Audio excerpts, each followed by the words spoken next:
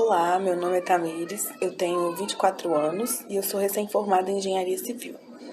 Bom, desde pequena eu sempre tive muito contato com a construção civil através do meu pai. Apesar desse não ser o principal motivo de eu ter escolhido a engenharia, foi um pontapé inicial para eu gostar de entender como as coisas são construídas. Ao longo da minha vida eu sempre estudei em escolas públicas e eu sempre fui aquela louca da matemática e eu queria ser professora de matemática.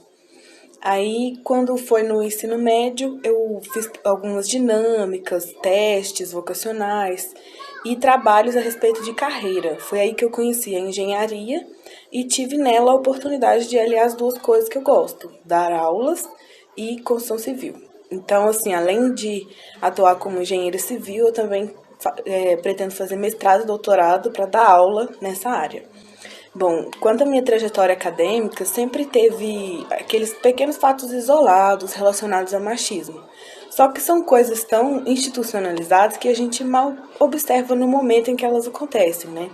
Eu vim a refletir melhor sobre essas coisas depois que eu fiz parte que eu entrei no projeto Elas Consciências. E aí, dentre as principais coisas que ocorreram durante minha carreira acadêmica, minha trajetória acadêmica, o que eu sempre, nunca esqueço foram dois fatos isolados. Um foi quando um professor chegou na sala e a primeira coisa que ele fez, ele observou a sala toda. Aí ele sentou e depois de uma longa pausa refletiva, ele disse que tinha alguma coisa muito errada naquela sala. E dramaticamente ele disse que tinha muita mulher para ser uma sala de engenharia.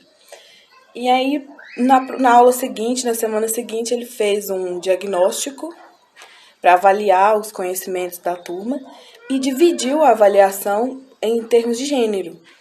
E aí acabou que, sim, para nossa sorte, eu imagino que para mudar um pouco do pensamento dele, as mulheres tiveram uma nota maior do que os homens. E assim, eu no momento eu não entendi por que ele quis caracterizar por gênero.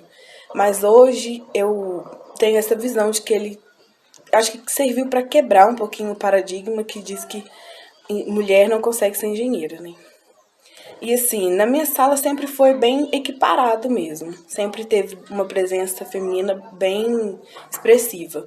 Só que sempre teve esses comentáriozinhos de professores a respeito dessa presença feminina lá. Então eu imagino que em outras salas não tenha tantas mulheres na engenharia quanto tinha na minha. Bom, e um outro ocorrido que chegou até a entristecer um pouco foi quando eu comentei com uma professora que eu estava fazendo parte desse projeto, que é o Elas Consciências, que ele visa engajar meninas e mulheres a entrar nessas áreas de exatas. Engenharia, computação, tecnologia.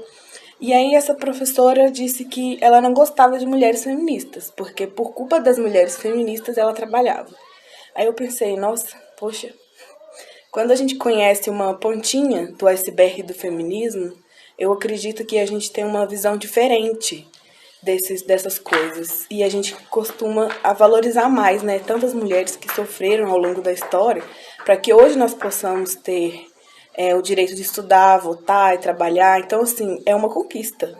E não algo ruim, né? Que a gente possa reclamar como ela fez. Mas também existe a liberdade de expressão. Então, é a opinião dela, a opinião dela.